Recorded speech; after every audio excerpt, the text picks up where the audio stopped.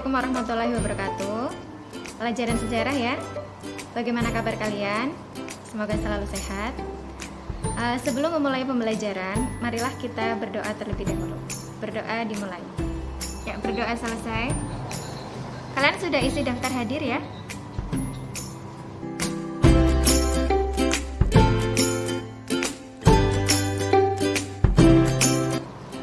Untuk pertemuan kali ini, kita akan mempelajari tentang munculnya nasionalisme di Indonesia.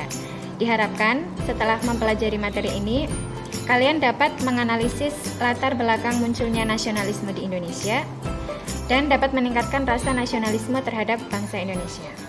Kalian masih ingat dengan materi yang sudah Bu Guru jelaskan sebelumnya ya, yaitu tentang politik etis, di mana politik etis itu sedikit banyak telah memberikan manfaat bagi bangsa Indonesia.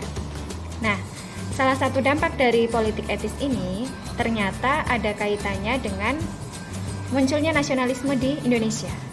Nah, sekarang Bu Guru akan memperlihatkan sebuah foto, 3 buah foto ya, silakan diperhatikan.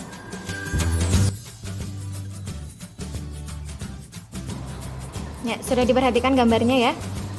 Apakah kalian familiar dengan tokoh di gambar tersebut? Ya, coba silakan, adakah yang mau tanya dengan tokoh yang sudah Guru tampilkan tadi? Kenapa Cipto Mangunkusumo dikenal sebagai Tiga Serangkai? Karena waktu itu kan beliau pernah mengikuti organisasi Indise Partij, di mana anggotanya itu ada 3. Ada Ki Hajar Dewantoro, Cipto Mangunkusumo, dan Douwes Dekker. Jadi mereka dikenal sebagai Tiga Serangkai, seperti itu.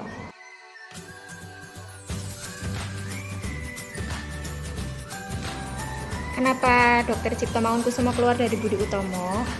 Itu jadi alasannya, waktu itu Cipto Mangunkusumo itu kan ingin agar Budi Utomo menjadi partai politik. Dan yang bisa masuk ke organisasi Budi Utomo itu tidak hanya dari kalangan priayi saja. Tapi ternyata keinginan Dr. Cipto itu tidak didukung oleh anggota yang lain, makanya dia kemudian keluar. Kenapa Budi Utomo dikenal sebagai organisasi kejawen? Karena memang yang mengikuti kan orang-orang Jawa. Nah, sekarang langsung saja ya, silahkan kalian buka moodle-nya, kemudian kalian baca materi yang sudah Bu Guru unggah. Terus nanti ada beberapa pertanyaan yang harus kalian selesaikan.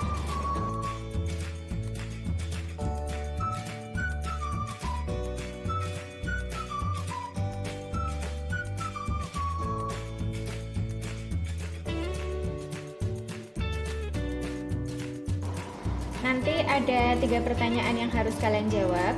Diperhatikan ya. Jadi yang pertama, analisislah faktor intern munculnya nasionalisme di Indonesia. Kemudian poin yang kedua, analisislah faktor ekstern dari munculnya nasionalisme di Indonesia. Dan yang ketiga adalah analisislah hubungan antara politik etis dengan munculnya golongan terpelajar di Indonesia. Bu Guru beri waktu 20 menit untuk kalian mengerjakan ya. Kalau ada sesuatu yang perlu ditanyakan dari materi, silakan bertanya.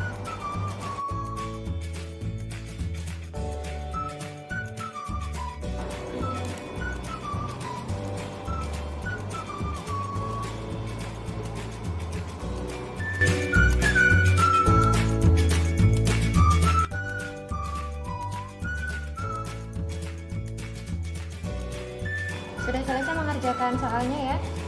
Silahkan yang mau presentasi. Faktor intern yang melatar belakangi munculnya nasionalisme Indonesia. Yang pertama, perasaan senasib dari rakyat Indonesia. Yang kedua, kenangan kejayaan masa lalu kerajaan Sriwijaya dan Majapahit. Yang ketiga, munculnya kaum terpelajar. Yang keempat, persamaan dalam hal keturunan dan bahasa.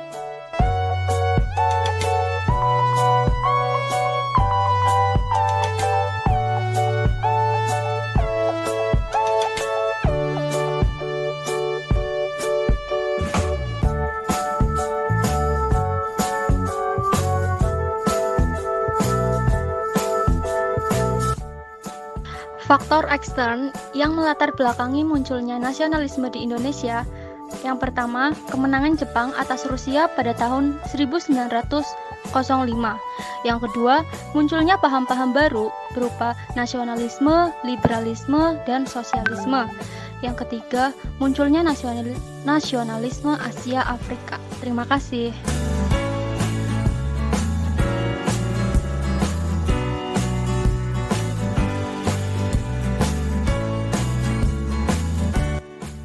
Hubungan antara politik etis dan munculnya kaum terpelajar. Saat itu politik etis mengambah sampai ruang lingkup pendidikan. Pribumi diberikan kesempatan untuk bersekolah. Walaupun saat itu pribumi yang bersekolah itu sedikit dan kebanyakan yang bersekolah adalah kaum bangsawan, kaum pribumi bangsawan, yaitu para priai dan orang-orang kaya, yaitu orang-orang yang mampu. Tetapi hal itu membuat mereka pribumi memiliki kesadaran bahwa sekolah itu penting. Sekolah itu membuka wawasan dan jendela mereka dengan dunia luar, dengan pemikiran-pemikiran luar, dengan ilmu-ilmu yang ada di luar. Lah, yang kedua,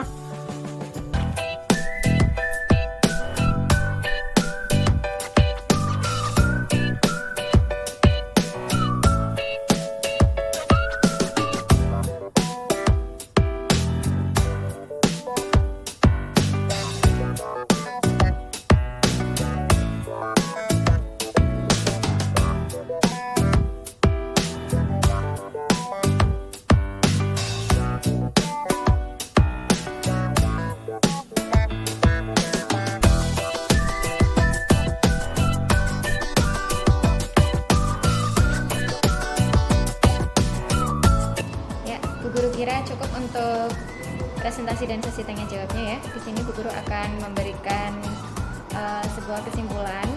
Jadi seperti yang sudah dipresentasikan tadi, yang pertama oleh Faya ya. Tadi membahas tentang faktor internal dari munculnya nasionalisme di Indonesia. Ya, tadi jawaban dari Faya sudah cukup bagus. Intinya munculnya nasionalisme jika dilihat dari faktor internal itu yang pertama karena munculnya perasaan senasib. Nah, karena waktu itu kan bangsa Indonesia semuanya dijajah, jadi mereka merasa sama-sama ingin keluar dari penjajahan. Kemudian yang kedua adalah kenangan kejayaan masa lalu, di mana Indonesia itu kan dulu atau Nusantara tepatnya, itu kan dulu pernah menjadi sebuah kerajaan besar ya. Yang pertama itu ada Sriwijaya, kemudian berganti menjadi Kerajaan Majapahit. Itu kan merupakan kerajaan besar. Jadi mereka terinspirasi dari situ bahwa sebenarnya Indonesia dulu juga bisa mandiri seperti itu. Terus yang selanjutnya untuk yang tadi dijawab oleh Sheila, faktor eksternal dari munculnya nasionalisme di Indonesia. Ya, tadi jawabannya juga sudah cukup bagus. Yang pertama karena adanya peristiwa kemenangan Jepang atas Rusia. Jadi itu menunjukkan bahwa ternyata bangsa Asia itu mampu melawan bangsa Eropa, dan itu sangat menginspirasi bangsa Indonesia. Kemudian yang kedua adalah munculnya paham-paham baru seperti nasionalisme, liberalisme, dan sosialisme. Kemudian yang ketiga adalah munculnya gerakan nasionalisme di Asia dan Afrika. Jadi pada waktu itu banyak negara di Asia Afrika yang mulai memerdekakan diri dari penjajahan bangsa Eropa seperti itu. Bu Guru kira cukup ya untuk pertemuan kali ini. Jadi diharapkan setelah mempelajari materi ini kalian bisa semakin cinta dengan Indonesia dan juga semakin menghargai bagaimana dulu para pendahulu kita dalam memperjuangkan kemerdekaan Indonesia. Jangan lupa nanti kuisnya silahkan dikerjakan. Bu Guru batasi waktunya sampai jam 15. Maka untuk pertemuan kali ini Bu cukupkan. Wassalamualaikum warahmatullahi wabarakatuh.